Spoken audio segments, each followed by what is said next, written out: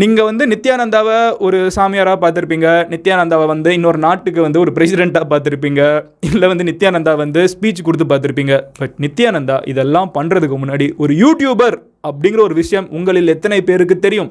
நம்பலைல, உண்மையிலே சொல்கிறேன். இவர் பேசுகிற எல்லா விஷயமும் எங்கே வந்துட்டு இருக்குன்னு பார்த்தீங்கன்னா அவரோட ஓன் யூடியூப் சேனல் தான் வச்சிருக்காரு தலைவர். அந்த யூடியூப் சேனலில் வந்து பல வருஷமாக ஒரு வீடியோ போட்டுட்டு இருக்காரு. எப்போல இருந்துன்னு பார்த்தீங்கன்னா லிட்டரலாக சொல்ல 9000 வீடியோஸ் போஸ்ட் பண்ணியிருக்காருங்க. 9000 வீடியோஸ். அதை எப்போல இருந்து போஸ்ட் பண்ணியிருக்காருன்னு பார்த்தீங்கன்னா எங்க ஓல்டஸ்ட் வீடியோ 14 வருஷத்துக்கு முன்னாடி வீடியோ போஸ்ட் பண்ணியிருக்காருங்க சேனலில். 14 வருஷத்துக்கு முன்னாடி எனக்கு 14 வயசு கூட ஆகல. சின்ன பையனாக சுற்றிட்டு இருந்திருக்கப்பமே அவர் வந்து ஒரு யூடியூபராக இருக்காரு. இதில் என்ன தெரியுது, நீங்கள் சொந்தமாக கண்ட்ரி ஆரம்பிக்கணும்னா கூட வந்து நீங்கள் முதல்ல ஒரு யூடியூபராக இருக்கணும் தான் தெரியுது. இவரும் ஒரு யூடியூபர். ஃபைனலி தான் நமக்கு தெரியுற முக்கியமான விஷயம் என்னன்னு பார்த்தீங்கன்னா தலைவர் நித்யானந்தா ஒரு யூடியூபர். எனிவே தலைவரோட பேட்டர்னே என்னன்னு பார்த்தீங்கன்னா 3 மாதத்துக்கு ஒரு தடவை வந்து சைலண்டாக ஒரு விஷயத்தை செய்வார். அவர் செஞ்சுட்டு போனதுக்கப்புறம் அடுத்த 3 மாதத்துக்கு எல்லாரும் அதை பற்றியே பேசிகிட்டு இருப்போம். ஒரு 3 மாதத்துக்கு முன்னாடி தான் பேங்க் லான்ச் பண்ணார். அப்புறம் கைலாஷியன் டாலர் வந்து கிம் கார்டிஷன் மாதிரி அதை லான்ச் பண்ணார்.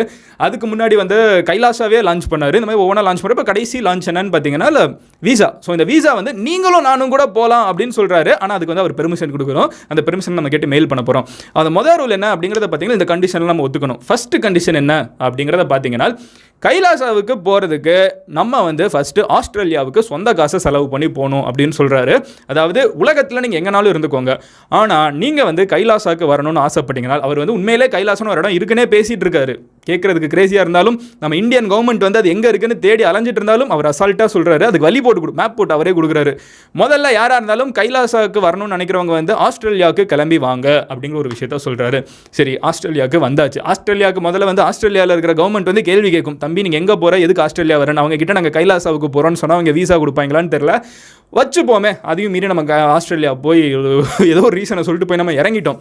ஆஸ்திரேலியாவில் போய் இறங்கினதுக்கப்புறம் என்ன சொல்கிறாருன்னு பார்த்தீங்கன்னா நாங்கள் வந்து சொந்தமாக ஃப்ளைட் சர்வீஸ் நடத்துகிறோம் அப்படின்னு சொல்கிறாரு. இன்னையிலேருந்து வந்து ஃப்ளைட்ஸ் அவைலபிளாக இருக்கும். அந்த ஃப்ளைட்ஸ் சாதாரண விஷயம் இல்லைங்க, யோசிச்சு பாருங்க. சூரரை போட்டில் எவ்வளோ கஷ்டப்பட்டு சூரிய ஆரம்பிச்சார். இவர் என்ன சொல்கிறாருன்னு பார்த்தீங்கன்னா நாங்கள் வந்து ப்ரைவேட் சார்ட்டர்ட் ஃப்ளைட்ஸ் வச்சுருக்கோம் அப்படின்னு சொல்கிறாரு. ஸோ இது அவரோட சொந்த ப்ரைவேட் ஃப்ளைட்டா இல்லை வந்து ப்ரைவேட் ஃப்ளைட்டை அவங்க வாடகைக்கு எடுத்து கூப்பிட்டு போகிறாங்களான்னு தெரியலை. நாங்கள் வந்து உங்களை ஆஸ்திரேலியாவிலேருந்து கைலாசாவுக்கு டைரெக்டாக கூப்பிட்டு போயிட்டு வருவோம் அப்படின்னு சொல்கிறாங்க. ஸோ அந்த 3 நாள், அது 3 நாள் தான் வந்து அப்புறம் வந்து வீசா பீரியடா. ஸோ அந்த 3 நாளுக்குள்ள கைலாசாலுக்கு வந்து தான் விசிட் பண்ண முடியும். 3 நாளுக்கு மேலே வந்து யாரும் கைலாசால இருக்கக்கூடாது. எங்களால் வந்து இப்போதைக்கு அதுக்கு மேலே அக்காமடேட் பண்ண முடியாதுன்னு சொல்கிறாரு. இவர் இவ்வளோ சீரியஸாக பேசுகிறத பார்த்தா நம்மளுக்கே லைட்டாக டவுட் வருது. உண்மையிலே கைலாசான ஒரு இடம் ஒரு வேலை இருக்குமோ அப்படின்னு.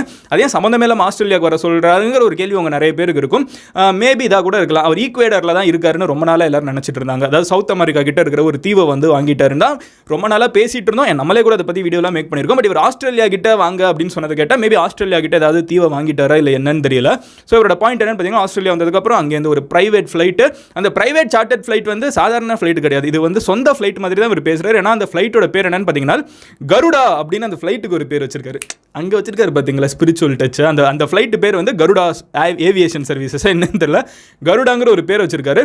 ஸோ அந்த பிரைவேட் சார்ட்டர்ட் ஃப்ளைட் இருந்துக்கிட்டு ஆஸ்திரேலியாவிலேருந்து கைலாசாவுக்கு கூப்பிட்டு போயிட்டு வரும்னு சொல்கிறாரு. கைலாசாவுக்கு போனதுக்கப்புறம் ஓகே ஃபைன், ஆனால் என்கிட்ட தான் கைலாஷியன் டாலர் இல்லையே, நான் எந்த எக்ஸ்சேஞ்ச் வெஸ்டர்ன் யூனியனுக்கோ இல்லை எந்த மணி எக்ஸ்சேஞ்சுக்கு போனால் வந்து எனக்கு டாலர் கிடைக்கும் அப்படிங்கிற ஒரு கேள்வி இருக்கும். பிகாஸ் நம்ம ஜென்ரலாக ஏதாவது ஒரு நாட்டுக்கு போகிறோம்னா அந்த நாட்டு கரன்சியை கன்வெர்ட் பண்ணிட்டு போவோம். அங்கே தான் ட்விஸ்ட் இருக்குது. நித்யானந்தா தலைவன் என்ன சொல்கிறாருன்னு பார்த்தீங்கன்னா வந்து இறங்குனதுக்கப்புறம் உங்களுக்கு வந்து மாஸ்லோஸ் பேசிக் ஹையரார்க்கியில் இருக்கிற எல்லா விஷயமும், அதாவது சாப்பிட்ற சாப்பாடாக இருக்கட்டும், அப்புறம் வந்து தங்குறதுக்கு இடமா இருக்கட்டும், குடிக்கிறதுக்கு தண்ணியாக இருக்கட்டும், எல்லாமே ஃப்ரீ, கம்ப்ளீட்லி ஃப்ரீ, நீங்கள் எதுவுமே செலவு பண்ண வேணாம் அப்படிங்கிற ஒரு அரிய வகை ஆஃபரையும் கொடுக்குறாரு. இதெல்லாம் கொடுத்து முடிச்சதுக்கப்புறம் என்ன சொல்கிறாருன்னு பார்த்தீங்கன்னா ஹைலைட்டான விஷயமே இதுதான். ஸோ நீங்கள் வந்துடுவீங்க, நீங்கள் வந்து கைலாசா வந்து விசிட் பண்ணலாம், 3 நாள் உங்களுக்கு ஃப்ரீ, எல்லாமே சாப்பாடு ஃப்ரீ, தங்குறதுக்கு தூங்குறதுக்கு இடம் எல்லாமே ஃப்ரீ, எல்லாம் சொல்லிடுறாரு. நீங்கள் ஆனால் ஒரே ஒரு முறை மட்டும்தான் பரமசிவனை பார்க்க முடியும் அப்படின்னு சொல்கிறாரு. இவ்வளோ நேரம் கூட வந்து நான் ஓரளவுக்கு என்ன தான் சொல்கிறாரு அப்படின்னு கேட்டுட்டு இருந்தேன். பட் இவர் பரமசிவனை பார்க்க முடியும்னு வந்து சொல்கிறத கேட்டால் எனக்கு வந்து உண்மையிலே ஆச்சரியம். எப்படி பரமசிவனை நமக்கு காமிப்பார் அப்படின்னு எனக்கு புரியல. அவர் தன்னைத்தானே பரமசிவன் சொல்லிக்கிட்டார்னா ஒரு லாஜிக் இருக்குது. ஆனால் உண்மையிலே பரமசிவனை பார்க்கறதுக்கு வர முடியும் அப்படின்னு சொன்னார்னா எனக்கு புரியலை. ஸோ பரமசிவனை ஒரு முறை தான் பார்க்க முடியும், அதுதான் ரூல். ஸோ கண்டிஷன் என்னன்னா வந்து 3 நாள் இருந்தாலும் தம்பி மறுபடியும் பார்க்கணும்னு சொல்லக்கூடாது. தர்ஷன் வந்து ஒரு தடவை தான் இருக்கும் அப்படின்னு சொல்கிறாரு. அண்ட் அந்த தர்ஷன் வந்து 10 நிமிஷம் தான் ஒருத்தங்க எடுத்துக்கலாம், அதுக்கு மேலே டைம் எடுக்காதீங்க. ஒரு நாளுக்கு ஒரு 10 to 12 பேர் வரைக்கும் தான் வந்து மீட் பண்ண முடியும் அப்படின்னு சொல்கிறாரு. இவர் அதுக்கு அடுத்து பேசின சில சென்டென்சஸ் ஸ்டோரிஸை கேட்டால் மேபி அவர் தன்னைத்தானே பரமசிவன் சொல்லிக்கிறாருன்னு நினைக்கிறேன்.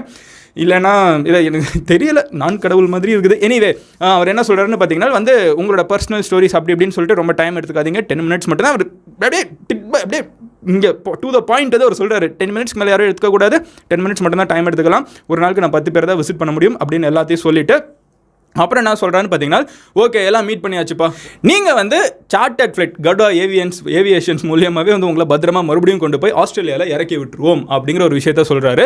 ஆஸ்திரேலியாவில் இறக்கி விட்டதுக்கப்புறம் நம்ம எப்பவும் போல் வழியை தேடி வந்து நம்ம சொந்த ஊருக்கு போய்க்க வேண்டியதான் அப்படிங்கிற ஒரு மிகப்பெரிய அனௌன்ஸ்மெண்ட்டை வந்து தலைமைப்பு மேக் பண்ணியிருக்காரு. வீடியோ என்ன சடனாக நின்றுச்சுன்னு யோசிக்காதீங்க, இதுவும் நம்ம சேனல் தான். பட் இது மதன் கௌரி கிளிப்ஸ், ஒரு பெரிய வீடியோவோட முக்கியமான போர்ஷன்ஸை மட்டும் கட் பண்ணி போஸ்ட் பண்ணுற சேனல். நீங்கள் ஃபுல் வீடியோவை பார்க்கணும்னு நினச்சிங்கன்னா இங்கே இருக்கிற கார்டை கிளிக் பண்ணலாம், ஆர் கீழே இருக்கக்கூடிய கமெண்ட் செக்ஷன்ல லிங்க்கும் இருக்கும், டிஸ்கிரிப்ஷன்லயும் லிங்க் இருக்கும், அதையும் கிளிக் பண்ணி மெயின் சேனல்ல ஃபுல் வீடியோ பார்க்கலாம்.